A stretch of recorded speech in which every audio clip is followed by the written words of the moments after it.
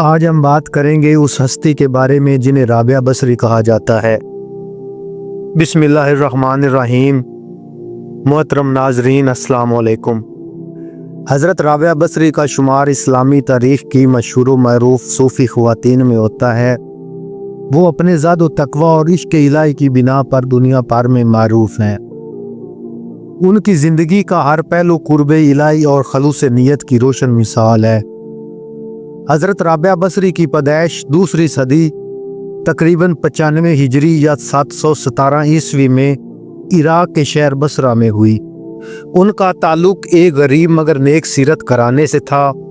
ان کے والد کا نام معلوم نہیں مگر وہ انتہائی دیندار شخص تھے۔ حضرت رابعہ بصری کو رابعہ یعنی چوتھی اس لیے کہا جاتا ہے کہ وہ اپنے والدین کی چوتھی بیٹی تھی۔ ان کا خاندان مالی لحاظ سے کمزور تھا لیکن دین اور اخلاق میں بہت بلند تھا۔ حضرت رابعہ بصری کی زندگی ابتدا ہی سے مشکلات اور مصائب سے بھری رہی۔ ایک مرتبہ قحط کے دوران ان کے والدین کا انتقال ہو گیا، جس کے بعد وہ یتیم ہو گئیں۔ کچھ عرصے بعد وہ ایک قافلے کے ہاتھوں اغوا ہو کر ایک ظالم شخص کی غلام بن گئیں۔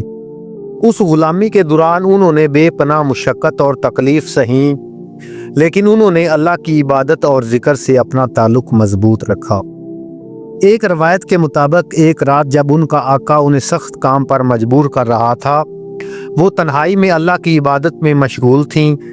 ان کی دعاؤں اور گریہ زاری کو دیکھ کر ان کے آقا کو احساس ہوا کہ وہ کوئی عام عورت نہیں بلکہ اللہ کی خاص بندی ہے۔ چنانچہ اس نے اسے آزاد کر دیا۔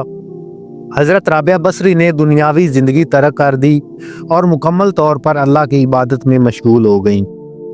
وہ دن رات اللہ کے حضور روتی رہیں، نوافل ادا کرتی رہیں اور ذکر الہی میں مشغول رہتی۔ ان کا عشق الہی اتنا شدید تھا کہ وہ ہر چیز سے بے نیاز ہو گئیں۔ ان کا یہ قول مشہور ہے، اے اللہ، میں اگر تیری عبادت جنت کے لالچ میں کرتی ہوں تو مجھے جنت نہ دے، اور اگر تیرے خوف سے کرتی ہوں تو مجھے دوزخ میں ڈال دے، لیکن اگر میں صرف تیری محبت میں کرتی ہوں تو مجھے اپنا دیدار عطا کر۔ حضرت رابعہ بصری کی کئی کرامات مشہور ہیں، جن میں ایک واقعہ یوں ہے۔ کہا جاتا ہے کہ ایک دن کچھ لوگوں نے انہیں دیکھا کہ وہ ایک ہاتھ میں آگ اور دوسرے ہاتھ میں پانی لیے جا رہی تھیں۔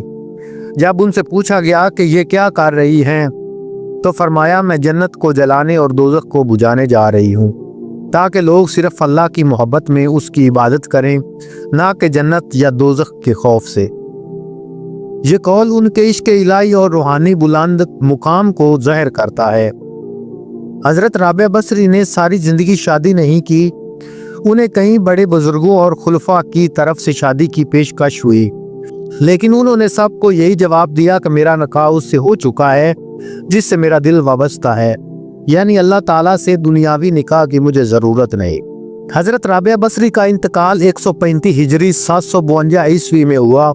بعض روایات کے مطابق ان کا مزار بصرہ عراق میں ہے، جبکہ کچھ روایات میں ان کا مزار مقبوضہ فلسطین کے علاقے میں بتایا جاتا ہے۔ حضرت رابعہ بصری کی زندگی ہمیں یہ سبق دیتی ہے کہ اللہ کی محبت سب سے بڑی دولت ہے۔ انہوں نے دنیا کو ترک کر کے خالص عشق الہی کو اپنا مقصد حیات بنایا اور اپنی ساری زندگی زہد و تقوی میں بسر کی۔ ان کی تعلیمات آج بھی صوفیاء کرام اور اللہ کی عاشقوں کے لیے مشعل راہ ہیں۔